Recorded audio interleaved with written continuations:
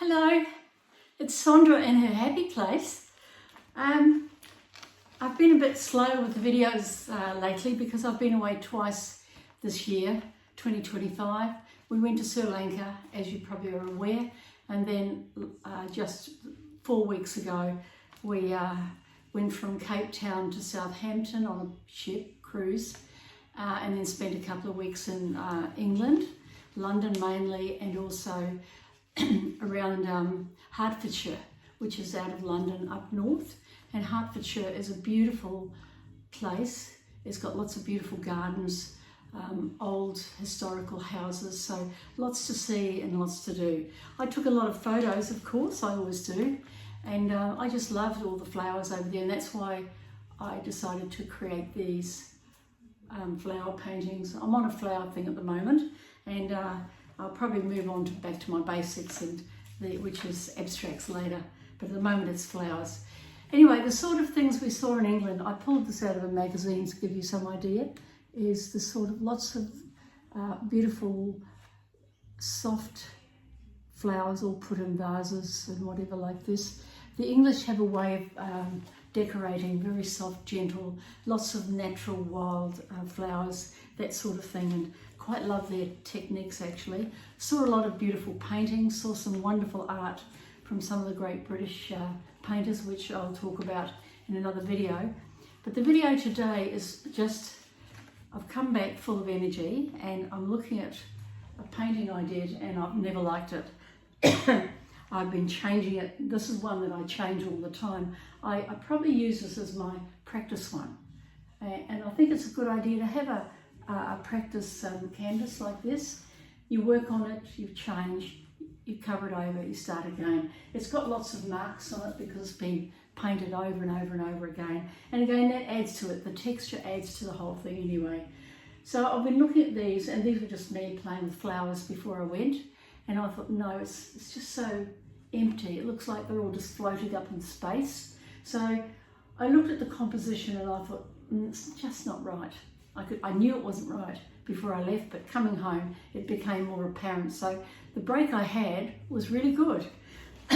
What I decided to do was put in a whole lot of smaller vegetation like plants, flowering shrubs, and just things that I saw in England, a little bit like some of these. Oh, oops, I dropped it. I showed it to you before anyway. It's the bit of paper I showed you with the vase with the wildflowers in. So I decided to put some of that style into this painting, along with some of the photos that I took. So I've decided I've got the paints ready to go. That's like yellow oxide, cad yellow. That was cyan, deep cyan. That was a turquoise, a white and a black. So that's all I've got.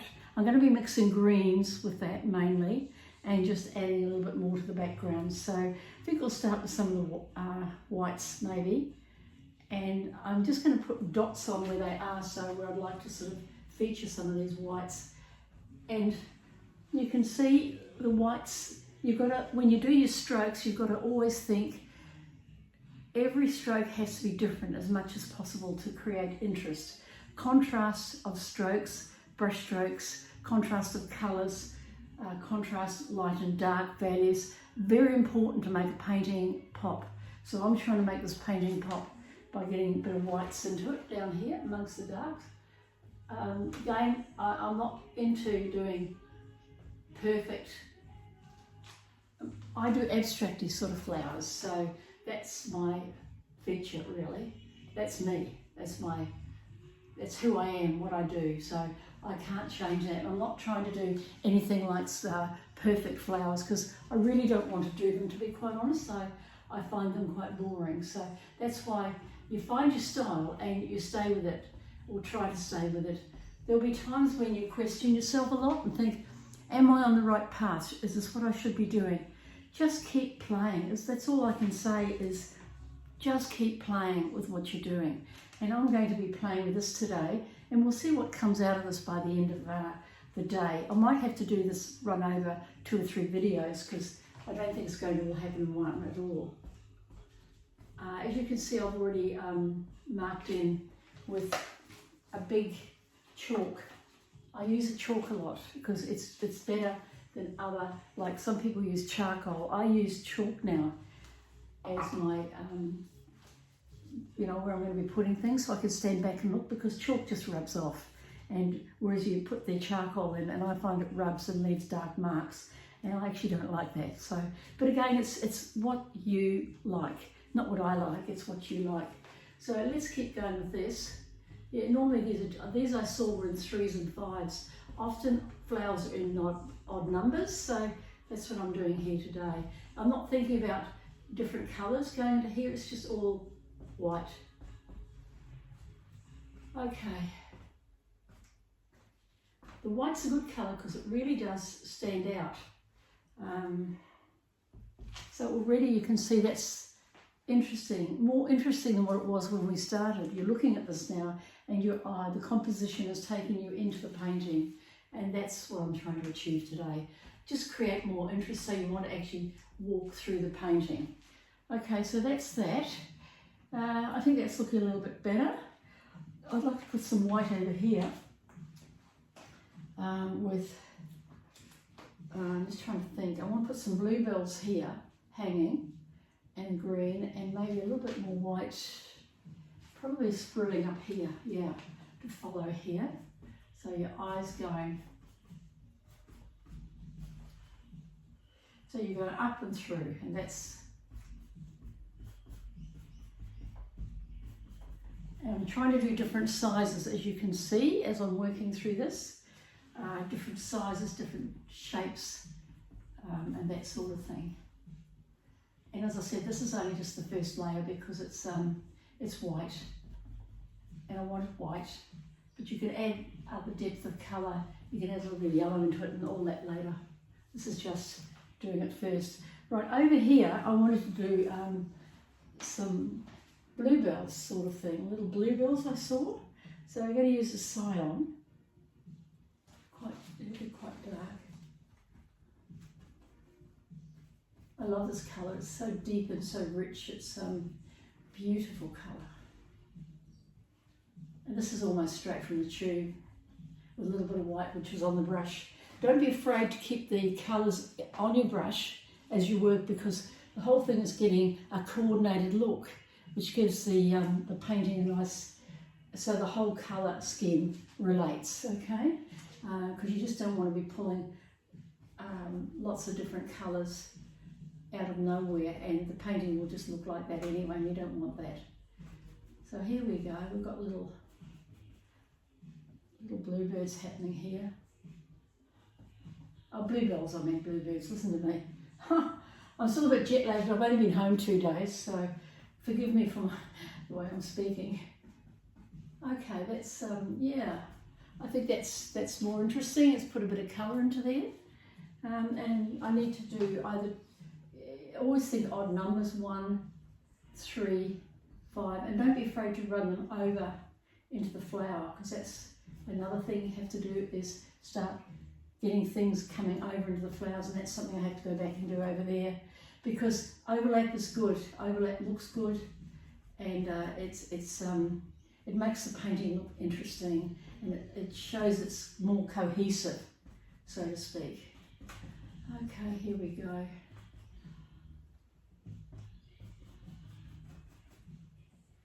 Beautiful, beautiful bluebells. They were all over the place when we were there, because it was spring, and oh my God, it was, if you look at my internet, my Instagram account, Sondra Taylor, you'll see the travel that I did, and you'll see all the photos of the flowers and all that, although I took heaps more than just that. Okay, so that's, I want to do 3 lots of bluebirds, that's only 2, because I'm trying to work in lots of 3, so I think I might run it here, just in this bit here. And as you can see, I've done the shapes, but I'm really not following the shapes, I'm just putting them as I feel.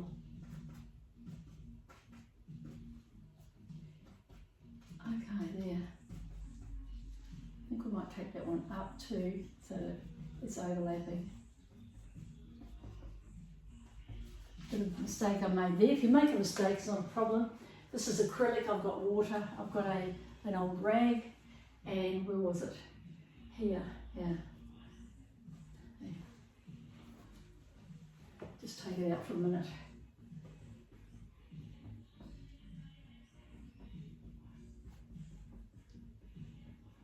Okay, that overlap's looking a lot better. I quite like the overlap. Do you see how overlapping just here, it's taking you more into the painting and it's looking more natural, because nature does overlap if you have a good look. It's never ever just from one thing to the next. It's never complete gaps. So I'm going to go back to the white here, and I want to put more white up here. So we're going to run some whites.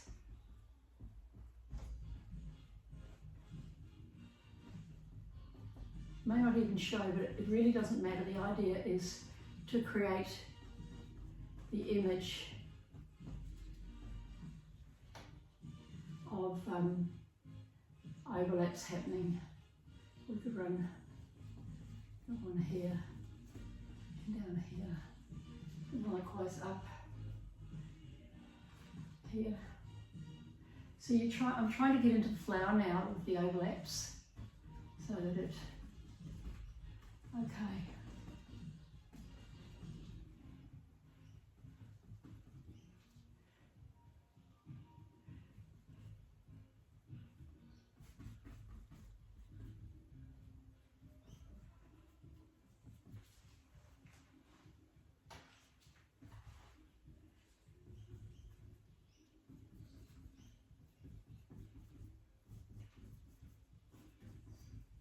All right, yeah. Now, from when we started, that's looking a lot better, isn't it? A lot more like a garden, and looking like you want to walk in that garden, and that's good. Right, I've just got to keep going on this. I think it needs me to put, I'd like to put some pink onto this here, like little pink daubs. But I think I need to concentrate on the green now, get all the greens into the place.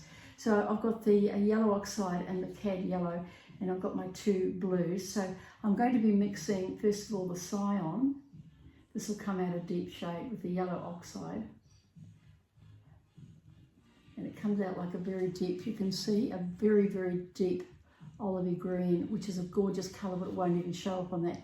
So we need to put a bit of white into that so it does show up, and we need to take it out with more white. And the idea is to get, when you're mixing your colours, to get nice natural looking greens. You don't want them looking false. And look at the greens in nature. And one day I'll do a video on greens so you can learn. I might put a little bit more of that in. And dull it down. You often can put black in, a little bit of black will dull it down a bit more.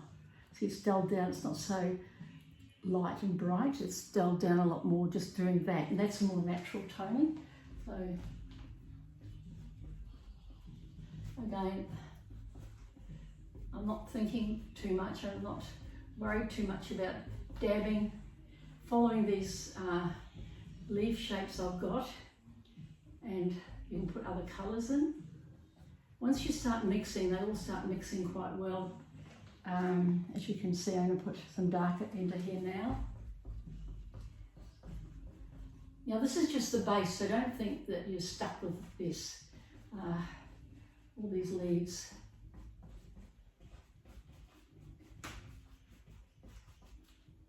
Leaves coming from all different areas.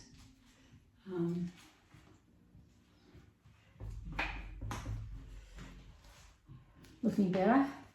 But you mustn't put them all in the same shape, same way, otherwise that looks too construed. You don't want that. A little bit of black in here, I think.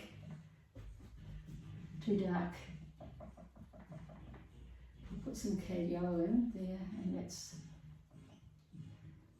that is it's mixing into a different sort of a coloured green, and that's fine, that's okay.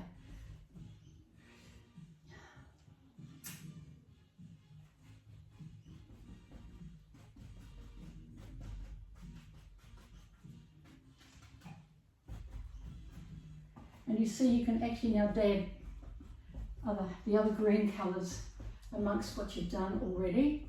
so it's looking quite natural. Don't worry about the strokes, don't worry about thinking it's got to be perfect unless you like things perfect. I don't.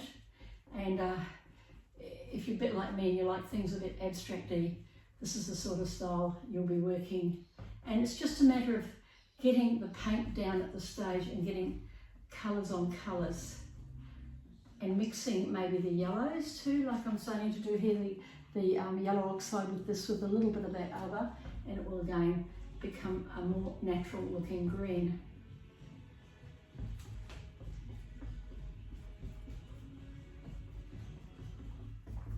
I'm not even thinking at this stage, I'm just doing.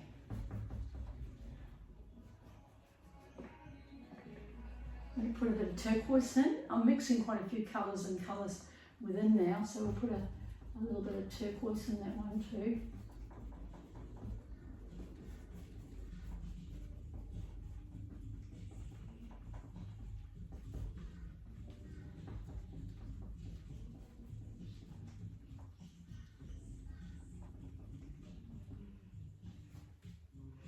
Right.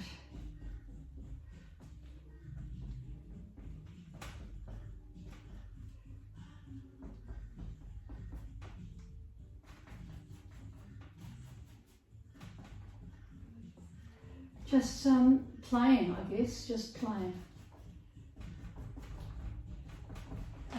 Look at that now. Wow, that's a lot better, isn't it? I think it is anyway. And also the eye's not going to these flowers don't seem to be floating. But again, I want to create lots and lots of layers with this. So when I'm putting this in, I'm not too worried about them being not perfect looking, because I'll be changing as we work. Okay, we'll add more colour. You'll add a bit of darkness, for example, the black. Black's a good colour because to put in there while it's wet, because it adds great contrast.